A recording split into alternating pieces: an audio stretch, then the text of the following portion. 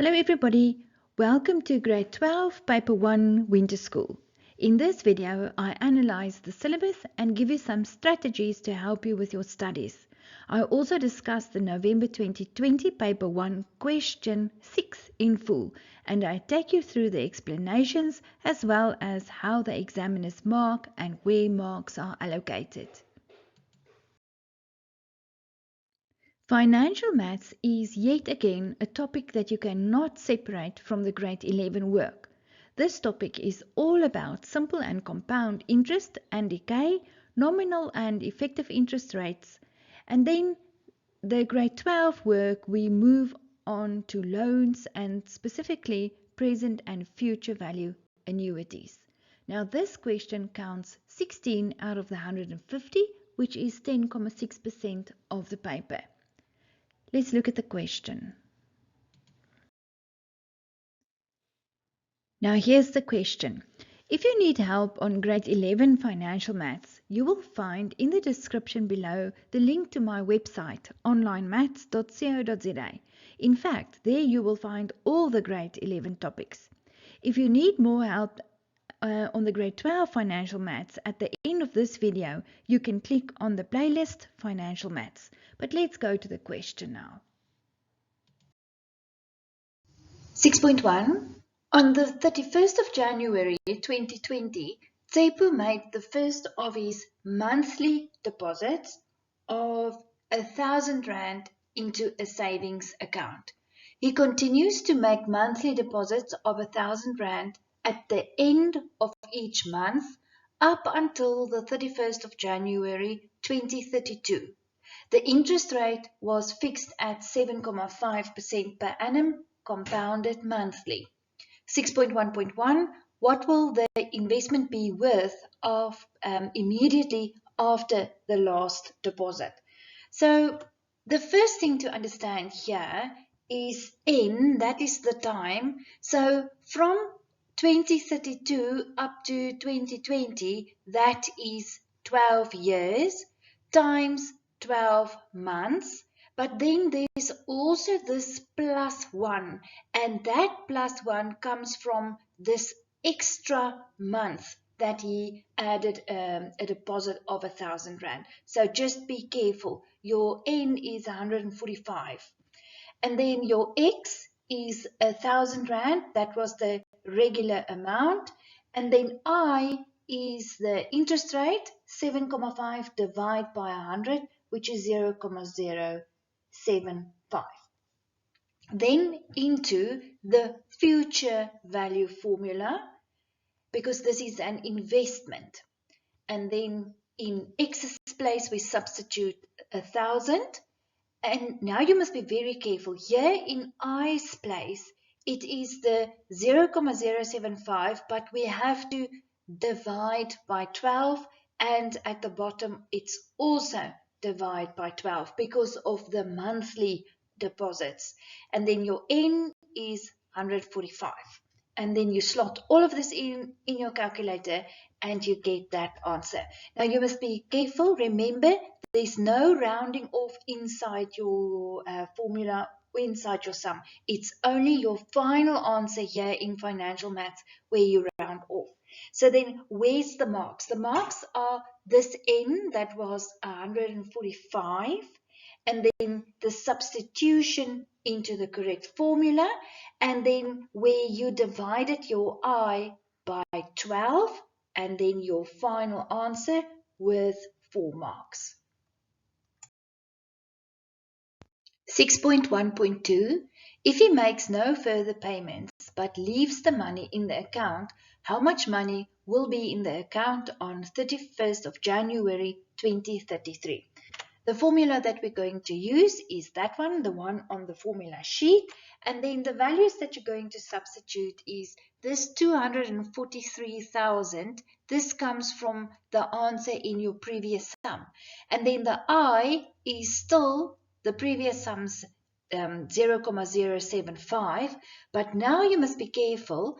It's monthly. So you have to divide your I by 12. And then why is this a 12? Because it's 1 year times 1 year, but it's monthly. Therefore, you have to times the 1 by 12 for monthly, and then you get your answer. Everything in the calculator, don't round off anything inside your sum. Where's the mark? Substitution, answer. 6.2. Jim bought a new car for 250,000 Rand. The value of the car depreciated at a rate of 22% per annum annually according to the reducing balance method. That's important, reducing balance method, because that's what's going to tell you which formula to use. After how many years will its book value be? 92,000. Right, so the first thing we do is we have to make our summary. The I is that rate, 22 divided by 100, which is 0,22. The P is the principal amount, the amount that you start with. A is the end amount, the amount that the car was worth after how many years, we don't know. That's what we're going to calculate. Then into the reducing balance method formula. From the formula sheet, we substitute. So all the values goes in and we make n the subject of the formula. So how do we do that? We are going to use logs in the end. But first of all, what I did here was I divided away the 250,000. What I do on the left, I do on the right. That is where I got that 0,37 from. And then I also said 1 minus 0,22 is 0,78. Now I want to solve n, so I'm going to turn that into logs. How do you do that? You write log, and then the base of the exponent becomes the base of the logarithm. This number on its own goes and stand there with the log, and the exponent, that one, becomes the subject of the formula. You slot that in on your calculator and you get the answer, 4 years. So where's the marks? The marks are for substitution, the correct use of logs, and final answer.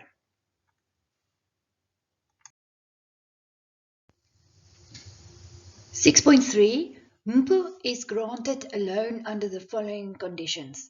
The interest rate is 11.3% per annum compounded monthly. The period of the loan is 6 years. The monthly repayment on the loan is 1,500 Rand. Her first payment is made 1 month after the loan is granted. 6.3.1. Calculate the value of the loan. Right, the I was the rate, which is 11,3, but what I did here was I said 11,3 divided by 100 is 0,113. The N is the time, it's the 6 years times 12 because it's monthly, which was the 72. And then the X, that is the monthly repayment, which is the 1,500, into the present value formula. That's the one that we're going to use. And then in X's place is the 1,500. And then can you see here on the I, this is important. It's the I, which is 0,113 divided by 12. And at the bottom again, 0,113 divided by 12. And then your N value is 72. And remember, there's a negative because there's a negative inside the formula. And you slot all of that in and you get 78,000. Where's the marks? The marks are for the substitution that you saw. N is 72 and then the final answer.